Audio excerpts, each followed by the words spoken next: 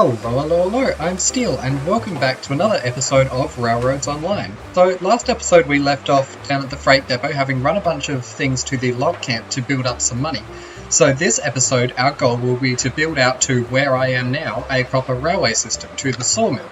Because what happens here is that you deliver logs to this platform instead, and then this whole facility processes it over here into lumber and beams, which are able to be sold for a bit more and, most importantly, can be brought onto other industries later into the game.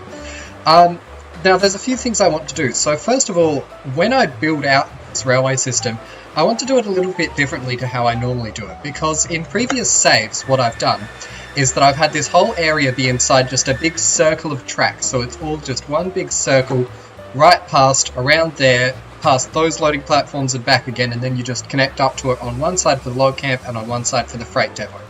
Now, there are some problems to that. Namely, it means that if you have one person loading logs, you can't have another person also running a train over to pick up wooden beams, because they will bump into each other or mess with each other.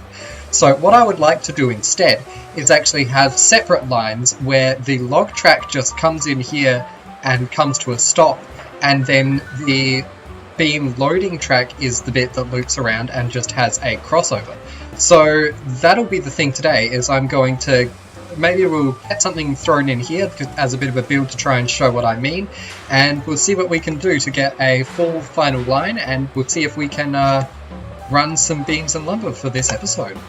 And with that, we've got a bit of railway nicely built out here at the sawmill, so let me walk you through how it works.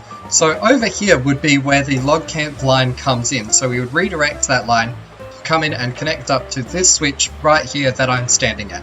So your logging trains would come in and head along this way through this crossover, unload into the platform off to my left and come to a halt.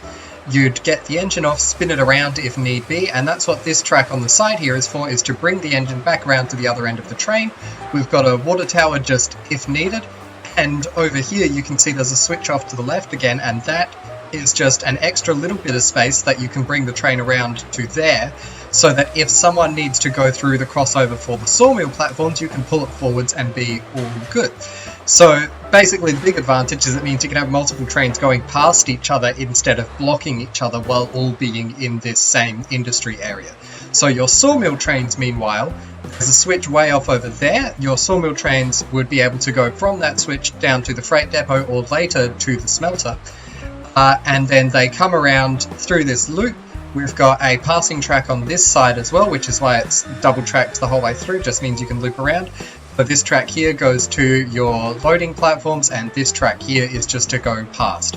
The big thing that's worth noting with this setup is that while it means that you can have multiple trains on the setup all at once, it also does mean that there is not actually any way to go directly from the log camp line to the freight depot line, because of course it just crosses over instead of actually connecting. So it does mean that we will need to take our load of skeleton cars up to the log camp and then change the line over to connect to here. And it means that once we do that, those skeleton cars will be stuck on the log line for the foreseeable future. Which can be a bit annoying, but I think it's not a huge issue, because really, once we're past this stage, there is no reason to ever go to the freight depot from the log camp anyway. And once we need cordwood for the smelter, which you need to fuel it, we can actually build a line from the log camp direct to the smelter around the back there, and then that can just be used to bring your cordwood cars. So with that, the next step will be to redirect the next step will be to move our skeleton cars up to the log camp, probably load them up, and redirect the logging line to bring it down and connect it here, and then we can start running some trains.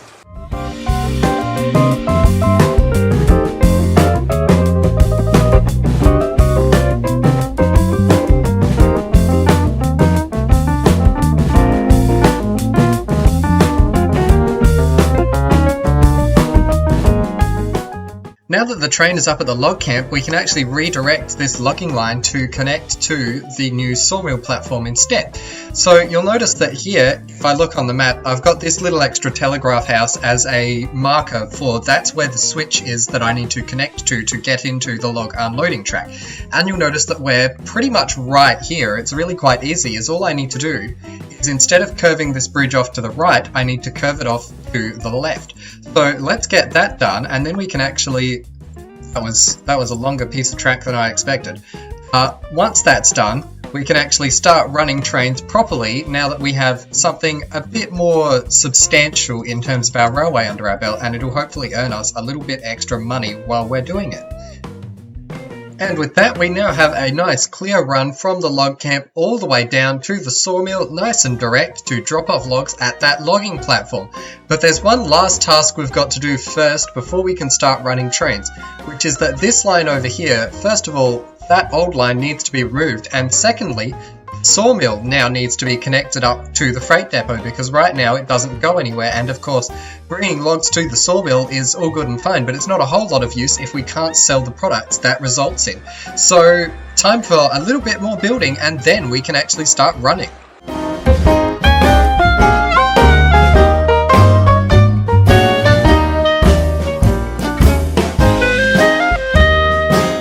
There we go, all done and ready to start running trains. This little switch off here is for when we decide in future to branch off from the sawmill to the smelter. We'll have a nice switch set up ready to go, just a bit of future proofing. So with that, time to load up some logs, fill up the sawmill, and finally achieve our goal for this episode.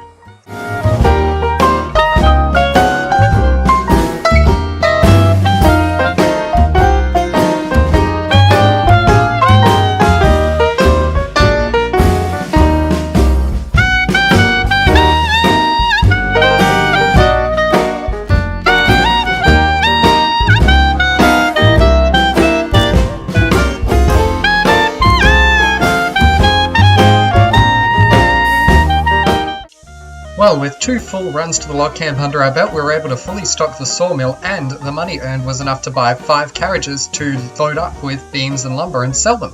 So time to start doing that as the actual objective of this episode. We'll be running with Betsy this time instead of the Shay, because the Shay is now permanently consigned to being stuck on logging runs where it belongs.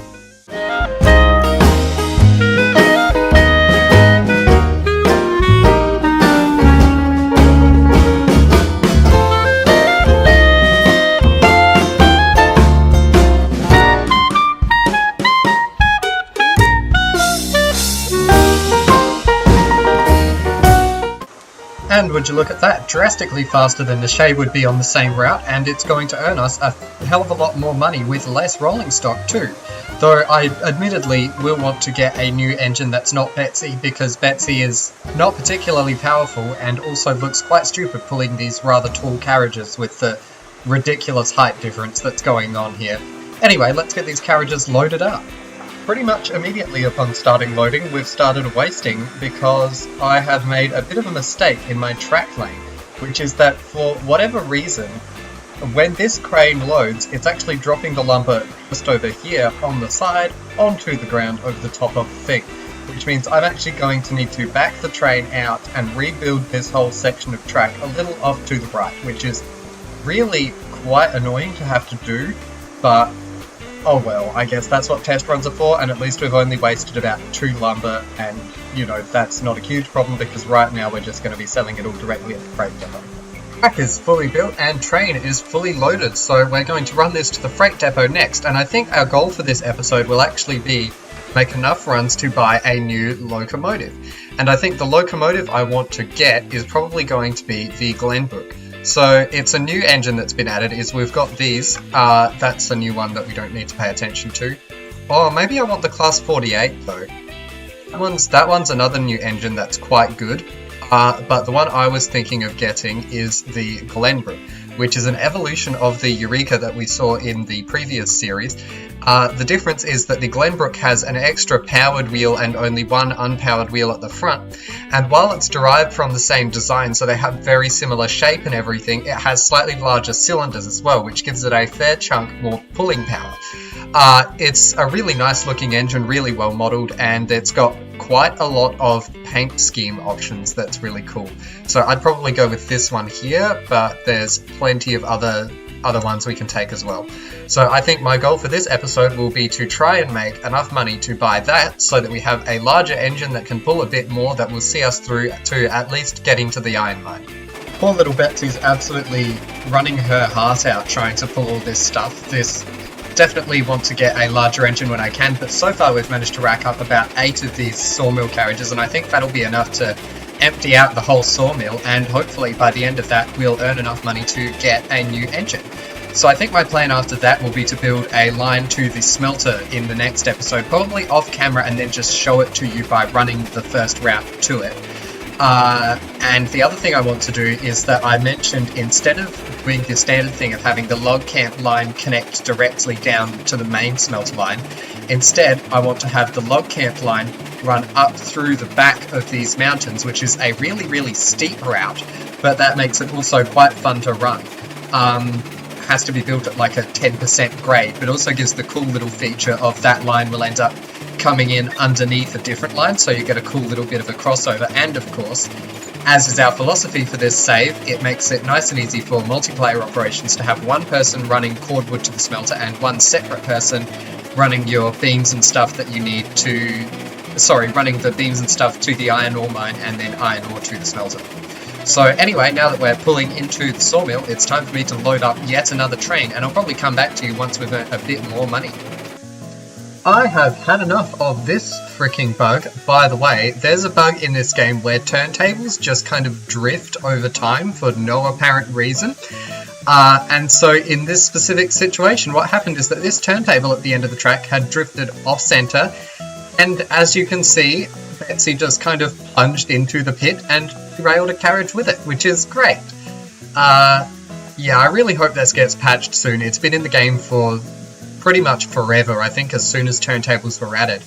I have no idea how it happens or why it happens, but it is annoying as hell. After a fair bit of back and forth running, we managed to empty out the sawmill and built up just enough money to buy this brilliant engine, which we'll use next episode. So it's our number 3 now, in this gorgeous wine red colour scheme with a cool headlight and the biggest smokestack I could muster. Well, not the biggest, but I think it's the best looking for this engine. The modelling work on this thing is just fantastically well done. I mean, it's got all of this, like, really intricate paintwork on it, and this is how the real thing actually looked. In fact, I could probably put on screen now, because there is an instance of this class of locomotive still in existence and in working order these days, which is what this one's based on, which is pretty cool. So we've got a lot more wood space, it's a lot larger than Betsy, and we've got a really nice cab with all kinds of detailing, all your levers and switches and dials and valves and things. Admittedly, not all of them actually work, obviously, but it is still a brilliantly well done engine, and I can't wait to use it in the next episode. So with that, thank you very much for watching, and I'll see you next time.